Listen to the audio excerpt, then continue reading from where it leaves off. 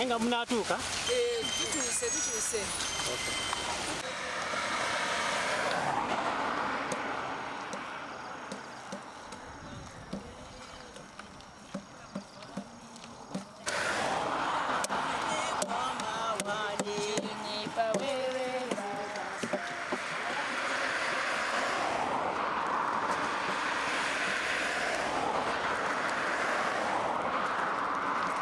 Nange wana natamana okuva dda Bugiri mbagoberera yakuna baliko sorry yeah, no? Guys, let's cover that gap makati out covering it.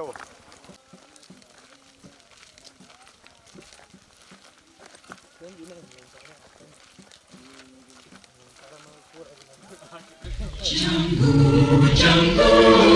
Kristu Omulokozi w'abantu jangu okutuwana jangu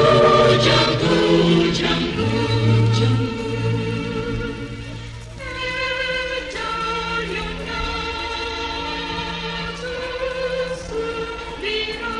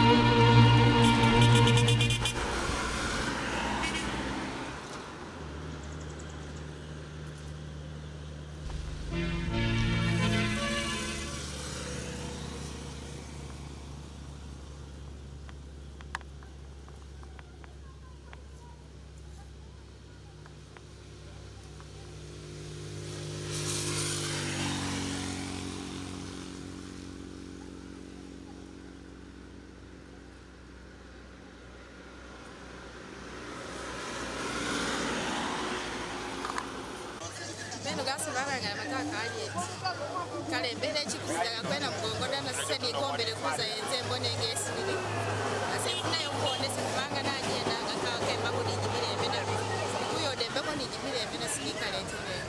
aseze manye ko eskide bechikulu chebula muchiri mbone ko ni banjulizi Muviri dembale mu parishingangama Kaki ekikutwala Namugongo? Ki ekikutwala Namugongo ndinako bingi byenfunyemu mu bulamu bwange. Kubanga bwe nazaaliwa ne ntandika okusoma ekikatuliki ne mbatizibwa mu mwaka gwa 1962 nenzisibwako emikono 1962 Mukangama parish era mwempangalidde kati twale Namugongo okukkiriza kwa dini yange nange ntukkirize ekigendererwa kyange ng'abajulizi bwe batukkiriza enkuba nedda enkuba tetukosa njo yankubye nnyo ate yansikaze mu Mabira naye yankubye enkuba yabadde emmutirivu naye se naawuliddemu obuzibu onootuuka nja kutuuka nkyalina amaanyi nja kutuuka totidde enkuba enkuba sigitidde kuba yeyankubyeko nagirabye ate wadde omusana gwotya okufaanana kutya ebyo byonna mbigumidde nga Yesu bwe yagumira n'omusalaba gwe amanya gange nze Agustine Nabende nviiridde mu parisi y'Egangama amanya nagulika ebyino ogendawo ngenda Namugongo kola okufuna amagezi n'abazadde bange okubasabira basobole okunsasula fiizi tebasobola okusasula fiizi ku ssomero ngenda abasabirako bafune sente bansasule fiizi ku ssomero. olina emyaka emeka? 12. Ovudde wa? Mbidde Tororo okuva Budadiru. Antoni Nanashimiyu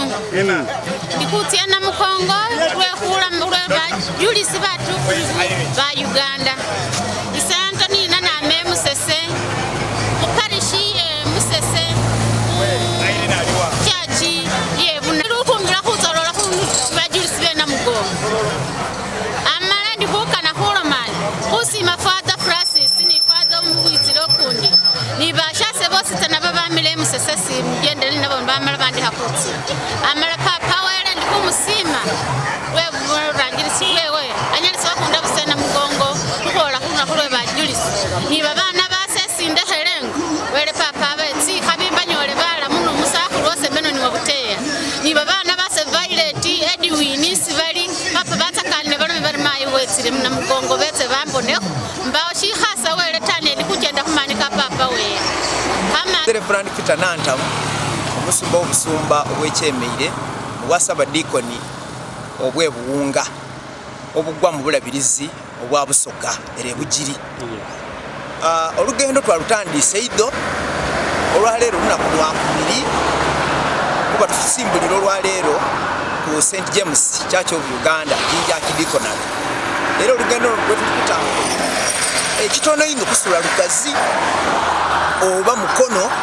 kusinzira ku baana abato abanafuye mu kutuyinza obutaganiriza mukono lwaleero ekigambo kino ekyokutambula nga tulamaga tuba tutambula nga tufumintiriza ku bigambo n'obuweereza obwa Uganda Matters Namugongo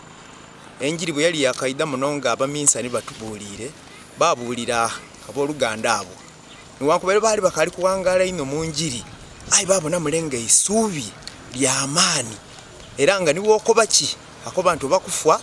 kufwa ayinza tireka Yesu so ekyo kitegeeza nti bwe tubanga tuli kutambula nga tufumintiriza ku bigambo ebyo twoleka ekyokuboneraku nti singa twena twaliwo ku mulembe ogwo twandibaire tusobola okutambulira mu ngaito daibwe twandibaire tusobola okwegeza mu bigere byaibwe mu ngaito daibwe okutambula nga bo bwe batambula nga bavumu bateekateeka babamanga yike bali kujja bakola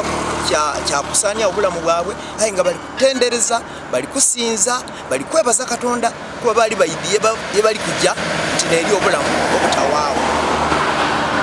Manya Peter Patrick onyoko nvudde Tororo tutambudde bulungi okuvaayo okutuuka wano wetuvudde Mabira awo nga tukkirira nga tuli mu kisenyi awo enkuba wetutandikira otutonyera tetubadde na option yonna ey'okufuna okwegema naye tusazeewo ne tugamba katugitambuliremu naye tunaaba okunaaza kwe tufunye mu nkuba eyo etuggyemu ebibi ebitubaddemu ebinaaza byonna ebizito byonna byetubaddemu katuwulira tuli baweweefu nnyo twagala kumaliriza olugendo lwaffe paka Namugongo n'olwekyo ffe tuli bagumu nnyo tetulinamu ekizibu ekirala kyonna kye tulina tukyali bagumu mu kukkiriza kwaffe.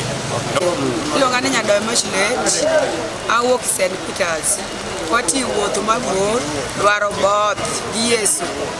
rango tiendgo kama tie kiri Namugongo were otelo wajo je wajo moti Mugungu je wadok manyo Mugungu lungo ishingi wan akwaya meno were baba mje wode mje shumbani wagiri wajo je nyingi Yesu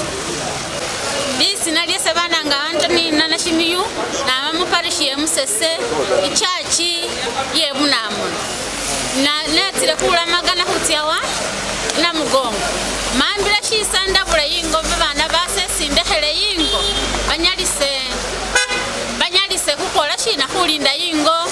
batuyenga bali balamu mugasha bambile shisa bali mwisomero bositsana banyalisa kubati habi banyalisa kusoma bulayi bali mu town papa bati habi banyalisa kuramba bulayi ngembira mwisina lyo mwana wa Yesu Kristo kwa maparishi yemusesi Petero mwemeke nzwerere mpalisi ye Budaka ngangizira Okulamaga era tuli bugumerezu byonna tuli kwaja ebisa n'ebibi era tusaba Katonda twongere okwikirirya n'abo bali kuonaona nga batambula basobola okuganyula mu kutambula kwawe n'abo basigaire ika basobola okufuna ebisa ebizibu ebiri mu maka gaabwe biweemu netusabira n'eggwanga lyaife enguzi egirimu Katonda tusaasire giweemu. I'm Irene from Tororo Archdiocese. We started our pilgrimage on Saturday, and today is our 4th day. We are heading to Namugongo. As we're approaching Lugazi town, we're caught by rain, but still we are not giving up. We have to reach Namugongo. These are all blessings. Thank you. Your name? I'm Irene. Esama sinagange ni sestera kwere Butalejja mparishi ya Kachuma nesane ya sanyo Okulamaga honda magire binge bifuniremo era kubisa Abatalejja wosi Abakatoliki nisunga mutwe yunge hoho esa kubisa bashange wosi na damu Kachonga parishi banagendire nawo kwegumye butalehulira Okulamaga era nisunga n'abashefe abaluto n'omutembagano bose batweyunga okusoola obwoti kweyongeraho hina okuyigiriza weffe